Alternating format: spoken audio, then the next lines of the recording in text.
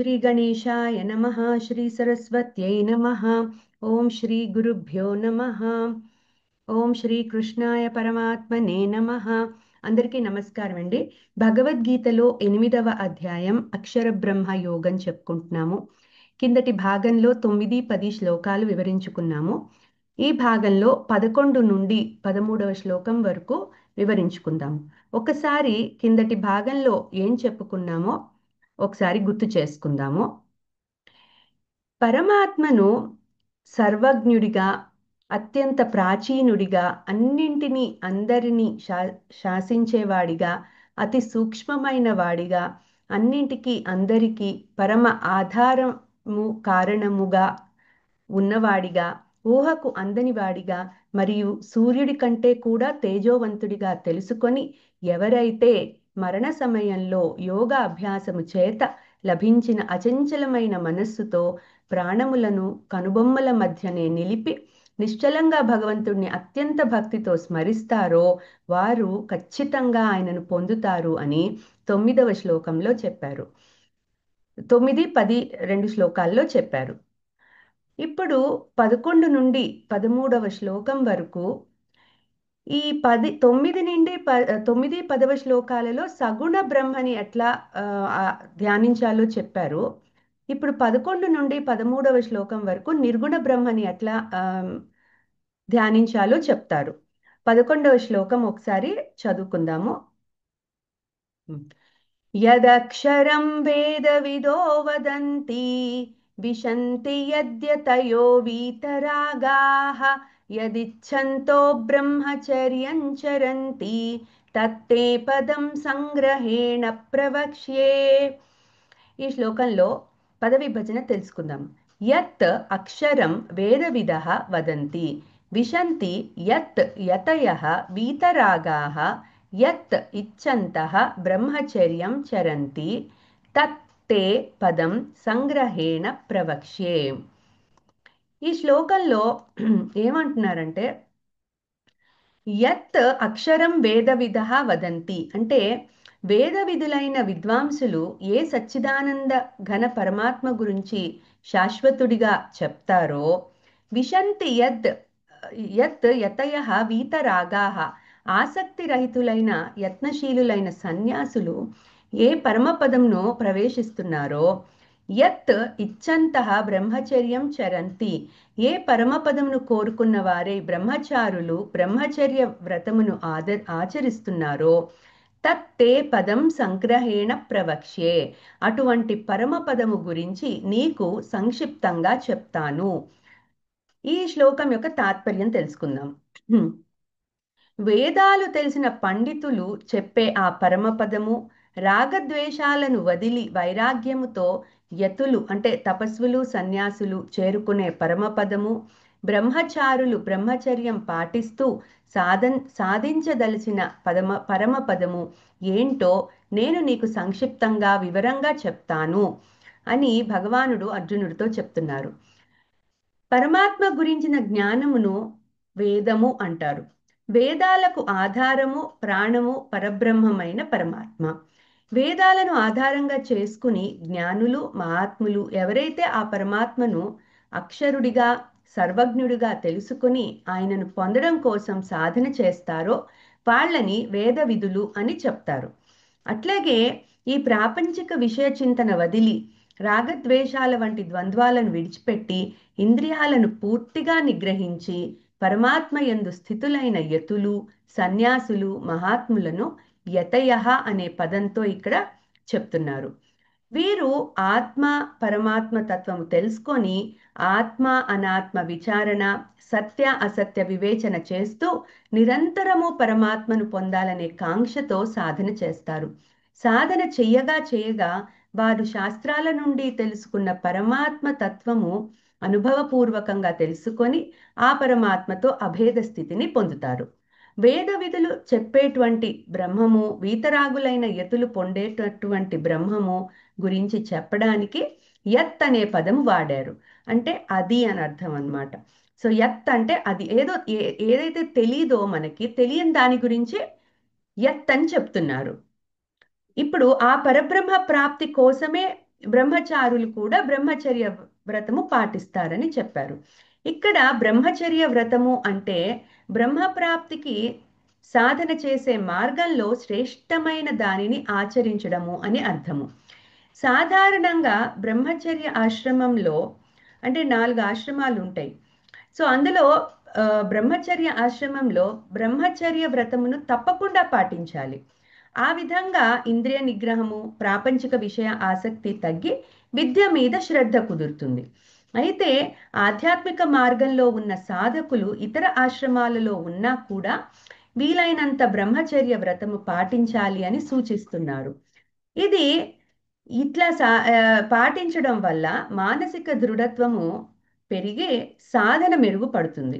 అదీ కాకుండా బ్రహ్మచర్య వ్రతము పాటించడం వల్ల సాధకులు మనస్సు, వాక్కు, శరీరాలతో చేసే మైథున కర్మలను త్యజిస్తారు. అంటే అటువంటి ఆలోచనల్ని కూడా త్యజిస్తారు. ఆ, అది వారికి సాధన మెరుగుపరుచుకోవడానికి సహకరిస్తుంది. ఈ విధంగా యతులు అంటే తపస్వులు తమ ఇంద్రియాలను నియంత్రించి వేద జ్ఞానాన్ని తెలుసుకొని రాగద్వేషాలను వదిలి బ్రహ్మచర్యాన్ని పాటిస్తూ సాధించే ఆ పరమగమ్యాన్ని నేను ఇప్పుడు నీకు వివరిస్తాను అని భగవానుడు అర్జునుడితో చెప్తున్నారు. ఇంకా ఈ శ్లోకంలో చెప్పిన సాధకులు అంటే ఇక్కడ చెప్పినవన్నీ కూడా వివిధ దశలలో ఉన్న వాళ్ళుగా మనం ఆ సాధకులు వివిధ దశల్లో ఉన్నవారిగా మనం అర్థం చేసుకోవాలి. అంటే ముందు ఆ ఆధ్యాత్మిక మార్గంలో ప్రయాణించాలి అంటే ఫస్ట్ మైండ్ని అటువైపుగా ఆ డైరెక్షన్లో మనం సెట్ చేసుకోవాలి. చంచలమైన మనస్సు అటు ఇటు పరిగెత్తే నేచర్ ఉన్నది కాబట్టి మనం దాన్ని నిగ్రహించి అది ఇంద్రియాలని నియంత్రించి అంటే మనస్సును కూడా నియంత్రించినంటే. సో ఆ ఇంద్రియాలని మనస్సును నియంత్రించి నియంత్రిస్తే తప్ప వేద జ్ఞానాన్ని తెలుసుకోలేరు. తెలుసుకున్న జ్ఞానం అనుభవపూర్వకంగా తెలియాలి అంటే రాగద్వేషాలు వదిలిపెట్టాలి, బ్రహ్మచర్యం పాటించాలి, మనస్సు ఫ్రీగా ఉంచుకోవాలి. సో ఇవన్నీ కూడా సాధకులు వివిధ దశలలో ఉన్న వాళ్ళుగా మనము అర్థం చేసుకోవాలి. సో ఆధ్యాత్మిక మార్గంలో ప్రయాణము మొదలు పెట్టినప్పటి నుండి బ్రహ్మ ప్రాప్తి లభించే వరకు సాధకులు ఎన్నో మజిలీలు దాటుకుంటూ వెళ్ళాలి. కానీ వారు వారి లక్ష్యాన్ని మరువకూడదు. మధ్యలో ఎన్ని అవాంతరాలు వచ్చినా సాధనకు భంగం రాకుండా చూసుకోవాలి. కర్మయోగాచరణ, వేదాభ్యాసము, స్వాధ్యాయము, గురు సాన్నిధ్యము, భక్తి యోగము, ధ్యానయోగ సాధన అన్నీ కూడా ఈ సాధనలో భాగాలే. సాధన పెరిగే కొద్దీ సాధకులలో విషయ చింతన తగ్గి ప్రాపంచిక వస్తువుల పట్ల, విషయాల పట్ల సంగము తగ్గి పరమాత్మ పైన ధ్యాస పెరుగుతుంది. ఈ విధంగా వారు పరమాత్మ ప్రాప్తికి దగ్గర అవుతూ ఉంటారు. ఈ శ్లోకం కూడా అర్జునుడు 7వ ప్రశ్నకు సంబంధించిందే. అంటే అంత్యకాలంలో పరమాత్మను ఏ విధంగా గుర్తు చేసుకోవాలి, ఏ విధంగా ధ్యానం చేయాలి అనే ప్రశ్నకు భగవానుడు 5వ శ్లోకం నుండి తన సమాధానాలు మొదలుపెట్టారు. చివరి దశలో పరమాత్మను ఎందుకు తలుచుకోవాలో 5, 6 శ్లోకాల్లో చెప్పారు. సగుణ బ్రహ్మ పైన ఏ విధంగా ధ్యానం చేయాలి అన్న విషయం 9, 10వ శ్లోకాల్లో చెప్పారు. ఇప్పుడు 12, 13వ శ్లోకాలలో నిర్గుణ బ్రహ్మ పైన ఏ విధంగా ధ్యానం చేయాలో చెప్తున్నారు. అంటే ఇప్పుడు 11వ శ్లోకంలో ఈ ఈ ధ్యానానికి ఎవరు అర్హులు అన్న విషయం చెప్పారు. అంటే ఏంటి, ఎవరైతే జ్ఞాన సముపార్జనకి రెడీగా ఉంటారో వాళ్ళ మైండ్ని ఆ విధంగా ఫిక్స్ చేసుకుంటారో వాళ్ళు మాత్రమే ఈ ధ్యాన యోగానికి అర్హులు అని కొన్ని ఇంపార్టెంట్ పాయింట్స్ చెప్పారు. సో అవి మనం తెలుసుకోవాలి. అందులో ఏంటి, మొదటిది జ్ఞాన సముపార్జన, తర్వాత బ్రహ్మచర్య పాలన, అట్లాగే రాగద్వేషాలను వదిలిపెట్టడం, ఇవన్నీ కూడా ఆ ధ్యాన యోగానికి అర్హత సంపాదించుకోవడానికి సాధకులు ఇవన్నీ ఫస్ట్ అలవర్చుకోవాలి. అలవర్చుకున్నప్పుడు ముందు సగుణ బ్రహ్మ మీద ధ్యానం మొదలుపెట్టి క్రమంగా నిర్గుణ బ్రహ్మకి వెళ్ళగలగాలి. సో సో డైరెక్ట్గా నిర్గుణ బ్రహ్మ ధ్యానానికి వెళ్ళడం చాలా కష్టము. ఎందుకు అంటే మైండ్ ఆ స్టేట్కి వెళ్ళాలి అంటే మైండ్ని చాలా ప్రిపేర్ చేయాల్సి వస్తుంది. సో మైండ్ని క్రమక్రమంగా ప్రిపేర్ చేసుకుంటూ ఫస్ట్ సగుణ బ్రహ్మ ధ్యానము, ఆ తర్వాత నిర్గుణ బ్రహ్మ ధ్యానానికి వెళ్ళగలగాలి. అంటే ఇప్పుడు ఈ రెండు శ్లోకాలలో చెప్పేది హయ్యర్ లెవెల్ ఆఫ్ ధ్యానం గురించి చెప్తున్నారు. 9th and 10th శ్లోకాలలో చెప్పినవి సగుణ బ్రహ్మ ధ్యానము. కానీ దానికి కూడా విపరీతమైన అభ్యాసం కావాలి, దీనికి ఇంకా కావాలి. బట్ ఏదైనా కానీ 12th 13th శ్లోకాలు ఒకసారి మనం చదువుకుందాము. రెండు కలిపి చదువుకుందాము, రెండిటి మీనింగ్ కలిపి చెప్పుకుందాము. ఫస్ట్ 12వ శ్లోకము. సర్వద్వారాణి సంయమ్య మనోహృది నిరుధ్య చ మూర్ధ్న్యాధాయాత్మనః ప్రాణం ఆస్థితో యోగధారణాం. ఈ శ్లోకంలో పదవిభజన తెలుసుకుందాం. సర్వద్వారాణి సంయమ్య మనః హృది నిరుధ్య చ మూర్ధ్ని ఆదాయ ఆత్మనః ప్రాణం ఆస్థితః యోగధారణాం. 13వ శ్లోకం చదువుకుందాం. ఓమిత్యేకాక్షరం బ్రహ్మ వ్యాహరన్ మామనుస్మరన్ యః ప్రయాతి త్యజన్ దేహం సయాతి పరమాంగతిం. ఈ శ్లోకంలో పదవిభజన తెలుసుకుందాం. ఓం ఇతి ఏక అక్షరం బ్రహ్మ వ్యాహరన్ మాం అనుస్మరన్ యః ప్రయాతి త్యజన్ దేహం సహ యాతి పరమాం గతిం. ఈ రెండు శ్లోకాల అర్థము కలిపి చెప్పుకుందాము. ఇప్పుడు ఇక్కడ సర్వద్వారాణి సంయమ్య అంటున్నారు. అంటే ఇంద్రియాలన్నింటినీ నియంత్రించి మనః హృది నిరుధ్య, మనస్సుని హృదయంలో స్థిరంగా ఉంచమంటున్నారు. మూర్ధని ఆదాయ, ప్రాణాన్ని తలలోని బ్రహ్మరంధ్రం వద్ద ఉంచి ఆత్మనః ప్రాణం ఆస్థితః, ప్రాణశక్తిని అక్కడ స్థిరం చేయాలి. యోగధారణం, యోగధారణలో నిమగ్నమై ఉండడం.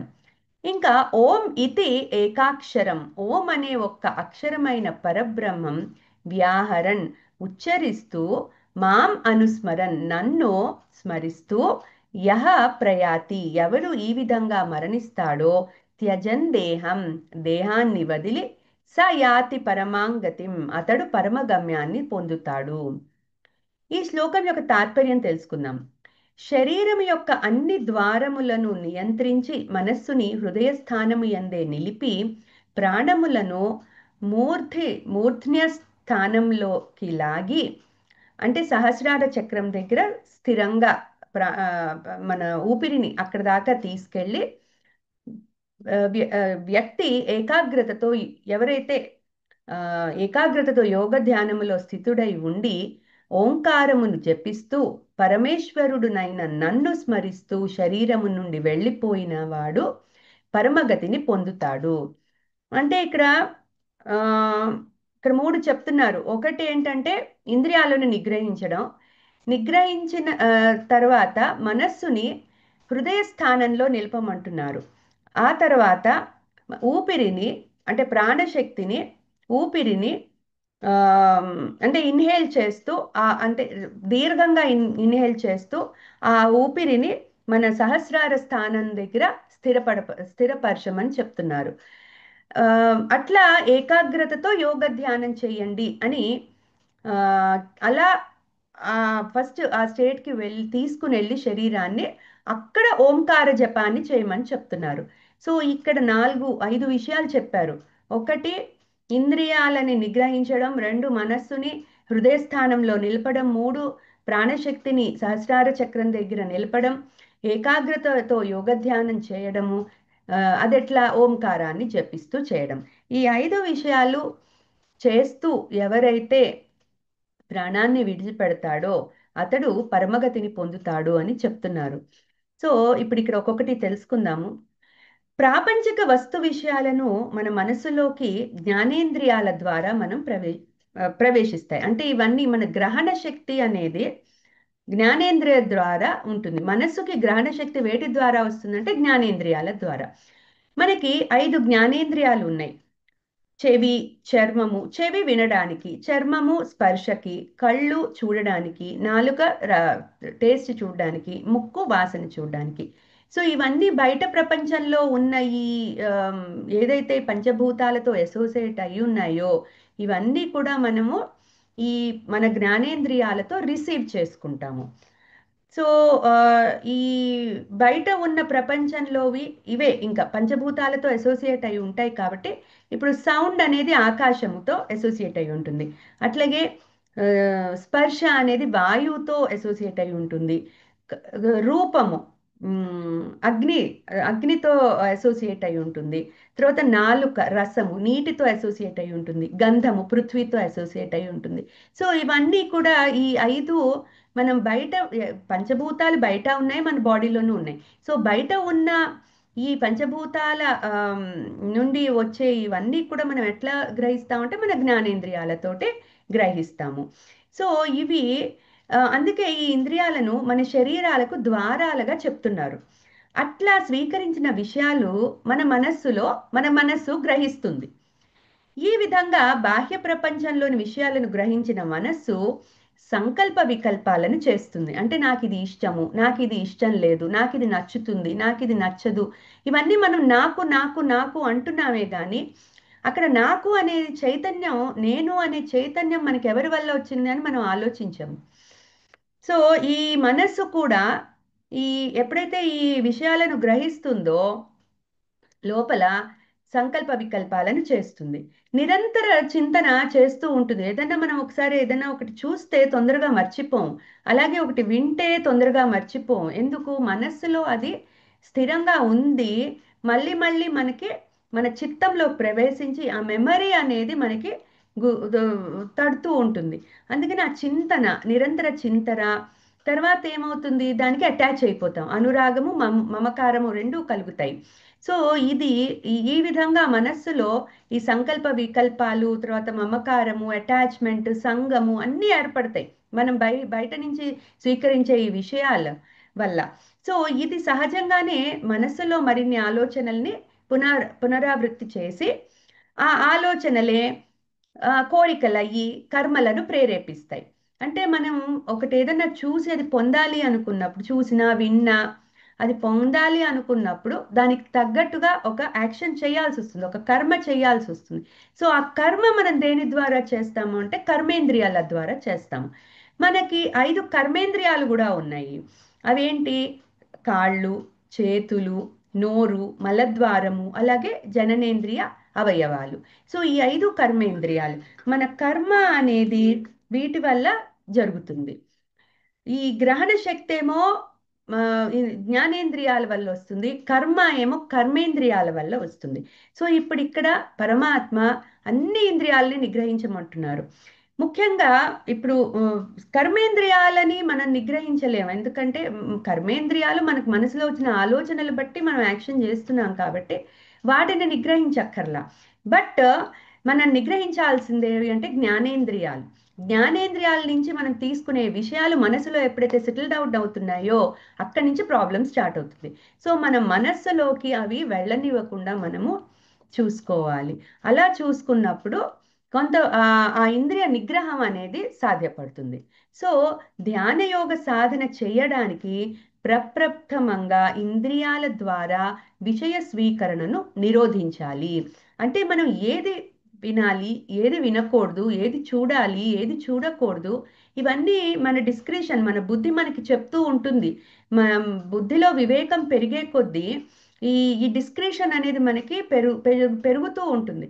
సో మనం అక్కడికక్కడ మన ఇంద్రియాల యూసేజ్ని మనం కట్ చేసుకోగలుగుతాము. ఆ విధంగా కట్ చేసినప్పుడు మనసులో కూడా ఇవి సెటిల్ డౌన్ అవ్వవు. సో అంటే అన్ని ఇంద్రియాలను ప్రయత్నపూర్వకంగా నిగ్రహించాలి. అప్పుడే ధ్యానానికి ఏకాగ్రత కుదురుతుందని చెప్తున్నారు. ఈ విషయాన్నే సర్వద్వారాణి సంయమ్య అనే పదాలతో చెప్తున్నారు. సంయమ్య అంటే నిగ్రహించడము, అంటే కంట్రోల్లో ఉంచుకోవడము. సంయమ్య అంటే బేసిక్గా కంట్రోల్లో ఉంచుకోవడము. సర్వద్వారాణి, ఇక్కడ ద్వారము అంటే ఇంద్రియము. ఎందుకంటే ఆ ఇంద్రియాల ద్వారానే బయట విషయాలు మన లోపలికి మన మనసులోకి వెళ్తున్నాయి కాబట్టి అవి ద్వారాల లాగా యాక్ట్ చేస్తున్నాయి, అంటే డోర్స్ లాగా. అందుకని వాటిని నిగ్రహించాలి అంటే ఆ, అదే సో మొత్తం అన్నిటినీ నిగ్రహించాలి సెల్ఫ్ కంట్రోల్తో అని చెప్తున్నారు. ఇది ఒక్క రోజులో సాధ్యపడేది కాదు. నిరంతర అభ్యాసము, ప్రాపంచిక విషయాల మీద విరాగము, పరమాత్మ పైన శ్రద్ధతోనే ఇది సాధ్యపడుతుంది. అట్లా అన్ని ఇంద్రియాలను నియంత్రించినాక మనస్సును హృదయ స్థానము యందు కేంద్రీకరించి పరమాత్మ పైన ధ్యానం చేయమని చెప్తున్నారు. ఈ విషయాన్నే మనః హృది నిరుధ్య అనే పదాలతో చెప్తున్నారు. ఈ విధంగా సర్వేంద్రియాలను నియంత్రించి మనస్సును హృదయ స్థానంలో కేంద్రీకరించి అంతఃకరణమును అంతఃకరణమును భగవంతుని యందే ఏకీకృతం చేయమని సూచిస్తున్నారు. ఇక్కడ హృదయము యందు స్థిరపరచడం అంటే, కేంద్రీకరించడం అంటే ఏంటంటే మన ఎంటైర్ కాన్సన్ట్రేషన్ని ఐదర్ మన హార్ట్ ప్లేస్లో అయినా మనము ఆ, ఇక్కడ కేంద్రీకరించవచ్చు, లేకపోతే మన ఆజ్ఞా చక్రం ఉన్న చోటైనా మనం కేంద్రీకరించవచ్చు. ఎట్లా వీలైనా పర్వాలేదు. అప్పుడు ఏమవుతుందంటే ఎప్పుడైతే మనం ఈ ప్లేస్లో కాన్సన్ట్రేషన్ మొత్తాన్ని లాక్కొని వచ్చి ఇక్కడ కూర్చోబెడతాం, ఇక్కడ కానీ అదర్ ఆలోచనలు తగ్గుతాయి. సో అందుకని మెయిన్గా మనస్సుని హృదయ స్థానంలో కేంద్రీకరించమని చెప్తున్నారు. హృదయ స్థానము అంటే బేసిక్గా హార్ట్ ప్లేసే, అంటే అనాహత చక్రం ఎక్కడైతే ఉంటుందో అక్కడ మనము కేంద్రీకరించుకోవచ్చు. లేదు అంటే ఆజ్ఞాచక్రం దగ్గర అయినా మన కాన్సన్ట్రేషన్ని మనం నిలుపుకోవచ్చు. Either of these two places మనం చేసుకోవచ్చు. సో ఇట్లా ఆ, మన అంతఃకరణము అంటే మనస్సు, బుద్ధి, చిత్తము మూడు కూడా అంతఃకరణం కిందకు వస్తాయి. అంటే అంతఃకరణాలు అవి ఇన్నర్ ఇన్స్ట్రుమెంట్స్ అన్నమాట. మనకి కనిపించే ఈ బాహ్యేంద్రియాలన్నీ అవుట్ సైడ్ ఎక్స్టర్నల్ ఇన్స్ట్రుమెంట్స్. కానీ మనస్సు, బుద్ధి, చిత్తము అనేవి ఇంటర్నల్ ఇన్స్ట్రుమెంట్స్. సో ఎక్స్టర్నల్గా మనం చూసేవన్నీ ఇంటర్నల్గా లోపల ప్రాసెసింగ్ జరుగుతూనే ఉంటుంది కాబట్టి ఈ ఇంటర్నల్ ఇన్స్ట్రుమెంట్స్ని అంతఃకరణం అంటారు.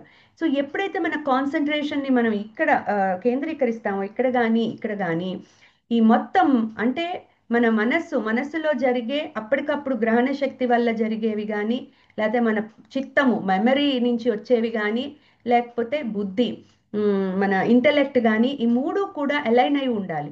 అలైన్ అయి ఉన్నప్పుడు కాన్సన్ట్రేషన్ తొందరగా కుదురుతుంది.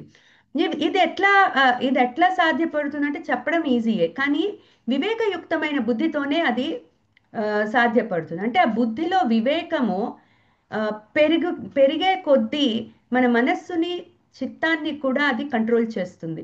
అంటే మనం మనం కళ్ళతో కానీ చెవులతో కానీ అన్ని మనం ఎంత సెల్ఫ్ కంట్రోల్ పాటించినా కూడా కొన్ని కొన్ని మనం వినాల్సి వస్తుంది, లేకపోతే చూడాల్సి వస్తుంది, ఏదో ఒకటి అనాల్సి వస్తుంది. ఇవన్నీ మనం చేస్తూనే ఉంటాం.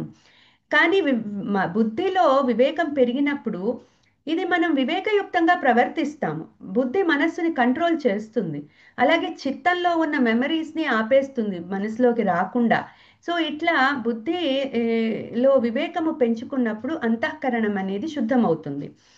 అందుకని ఎట్లా పెంచుకోవాలి బుద్ధిలో వివేకము అంటే పరమాత్మ తత్వం తెలుసుకోవడము, అట్లాగే నిత్య అనిత్య వివేచన చేయడము, సత్య అసత్య విచారణ చేయడము, ఆత్మ అనాత్మ జ్ఞానము పొందడం, ఇవన్నీ మనస్సుని నిగ్రహించడానికి సహకరిస్తాయి. ఇవి ఎట్లా వస్తాయి? గురు సాన్నిధ్యంతో, అట్లాగే స్వాధ్యాయంతో, లేకపోతే శాస్త్ర పఠనంతో. ఇవన్నీ కూడా బుద్ధిలో వివేకము పెంచుకోవడానికి సహాయపడతాయి.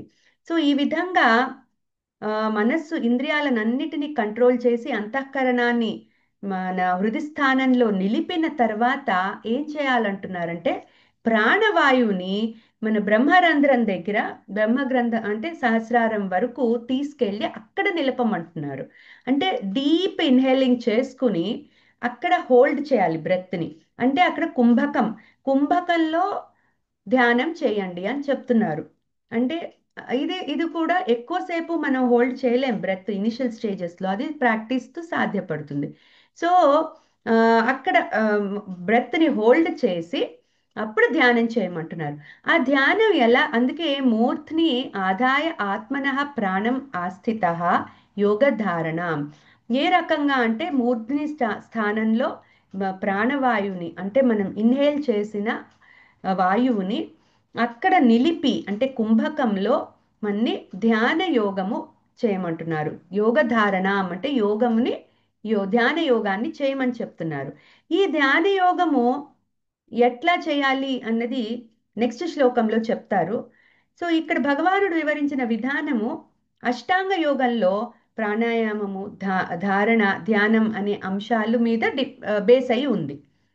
సో ఇప్పుడు మనం బ్రీత్ చేయడము, అక్కడ హోల్డ్ చేయడం అనేది ప్రాణాయామంలో పార్ట్. అక్కడ హోల్డ్ చేసి ధ్యానం చేయడం ధారణ. తర్వాత ధ్యానము. ధ్యానం అంటే ఏకాగ్రత. సో ఈ మూడు కూడా అష్టాంగ యోగంలో భాగాలే. వీటి దాకా వెళ్ళాలంటే బేసిక్గా కొన్ని చేయాలుంటాయి. అవి మనం ముందు శ్లోకాలలో చెప్పుకున్నాము, ఒకసారి అవి వినగలరు. సో ఇంకా ఈ విధంగా ధ్యానానికి మనస్సుని, బుద్ధిని సిద్ధం చేసి శరీరము విడిచే సమయంలో ఎవరైతే ఇప్పుడు ఏం చేయాలో చెప్తున్నారు. అంటే ఆ ధ్యానం ఎలా చేయాలి అంటే ఓం అనే మంత్రాన్ని, ఏకాక్షర మంత్రాన్ని జపిస్తూ ధ్యానం చేయమని చెప్తున్నారు. అంటే ఆ కుంభకంలోకి వెళ్ళిన తర్వాత ధ్యానం అనేది ఓం జపంతో చేయమంటున్నారు. సో ఆ అంటే పరమాత్మనే తలుచుకుంటూ ఎవరైతే ఇట్లా ఈ రకంగా మనస్సుని, శరీరాన్ని ప్రిపేర్ చేసి ప్రాణాయామము, ధారణ, ధ్యానంకు ప్రిపేర్ చేసి ఓం జపం చేస్తూ పరమాత్మనే తలుచుకుంటూ ప్రాణాలను విడిచిపెడతారో అతడు పరమగమ్యమును అంటే మోక్షాన్ని పొందుతాడు అని చెప్తున్నారు. ఈ శ్లోకంలో భగవానుడు ఒక సాధకుడు పరమాత్మను పొందడానికి ఏ విధంగా ధ్యానం చేయాలో చెప్తున్నారు. అంటే ఈ రెండు శ్లోకాలలో సాధకుడు తన ఇంద్రియాలను అన్ని విధాల నియంత్రించి మనస్సుని హృదయంలో కేంద్రీకరించి ఆ తర్వాత ప్రాణవాయువుని సహస్రార చక్రం దగ్గర నిలిపి ఆ, ఈ ఆ తర్వాత ఓం జపాన్ని చేస్తూ ఎవరైతే ప్రాణాన్ని విడిచిపెడతారో వాళ్ళు నన్ను చేరుకుంటారు అని చెప్తున్నారు. ఇక్కడ ఓంకారము గురించి చెప్పారు. ఓంకారము అంటే శబ్ద రూపంలో ఉన్న బ్రహ్మము అంటే పరమాత్మ. పరమేశ్వరుని యొక్క నిర్గుణ నిరాకార తత్వము ఓంకారంతో సూచిస్తున్నారు. ఓం అనేది ప్రథమ ధ్వనిగా చెప్పబడుతుంది. ఈ సృష్టి జరిగిన తర్వాత ఓం అనేది ప్రథమ ధ్వనిగా చెప్పబడుతుంది. సో ఈ ఓం అనేది పరమాత్మ యొక్క నిర్గుణ తత్వానికి సంకేతము. సో ఎవరైతే ఈ ఓం జపాన్ని జపిస్తూ పరమాత్మని తలుచుకుంటూ ఇక్కడేమి సగుణ రూపం గురించి చెప్పట్లేదు. ఓం అనేది నిర్గుణ పరబ్రహ్మకి సంకేతం కాబట్టి ఈ రెండు శ్లోకాలలో నిర్గుణ తత్వాన్ని ధ్యానం చేసే విధానాన్ని చెప్తున్నట్టుగా మనం అర్థం చేసుకోవాలి. సో ఈ రెండు శ్లోకాల ద్వారా పరమాత్ముడు భగవానుడు పరమగమ్యం సాధించడానికి ప్రాణ నియంత్రణ, ఇంద్రియ నియంత్రణ, ధ్యానము మరియు ఓం ధ్వని జపం ఎంత ముఖ్యమైనవో వివరిస్తున్నారు. సో మన ధ్యానము యొక్క అంతిమ పరీక్ష ఏంటి అంటే మరణ సమయమే. సో ఎవరికైనా కూడా జీవితం అంతా అయిపోయిన తర్వాత ఆ లాస్ట్ స్టేజ్కి వచ్చేసరికి ఆ అది నిజమైన పరీక్ష. అంటే ఎవరు అయితే ఆ టైంలో స్థిరంగా ఉంటారో, పరమాత్మని తలుచుకుంటారో వాళ్ళు నా దగ్గరికి వస్తారు అని ముందు శ్లోకాలలో కూడా చెప్పారు. So your last thought is decides your destiny అని చెప్పారు ఆల్రెడీ. సో ఆ టైంలో ఏ థాట్ని మనం స్థిరపరచుకోవాలి అన్నది మన చేతుల్లోనే ఉంది. So we can create our destiny, we can write hour destiny అని చెప్తున్నారు. సో ఇది ఎవరైతే ఈ మృత్యువు యొక్క తీవ్ర బాధలో కూడా అంతఃకరణమును భగవంతుని యందే గలిగినప్పుడు ఈ పరీక్షలో విజయం సాధించినట్టే అవుతుందని తెలుసుకోవాలి మనం. అంటే ఆ టైంలో ఈ జీవితాంతం మనం ఈ విషయ ప్రాపంచిక విషయాల మధ్యలో ఉండి ఉండి ఉండి వాటితో సంఘం ఏర్పరచుకొని సడన్ గా వైరాగ్యం వచ్చేసి పరమాత్మని తలుచుకోవాలన్నా కూడా అది సాధ్యపడదు.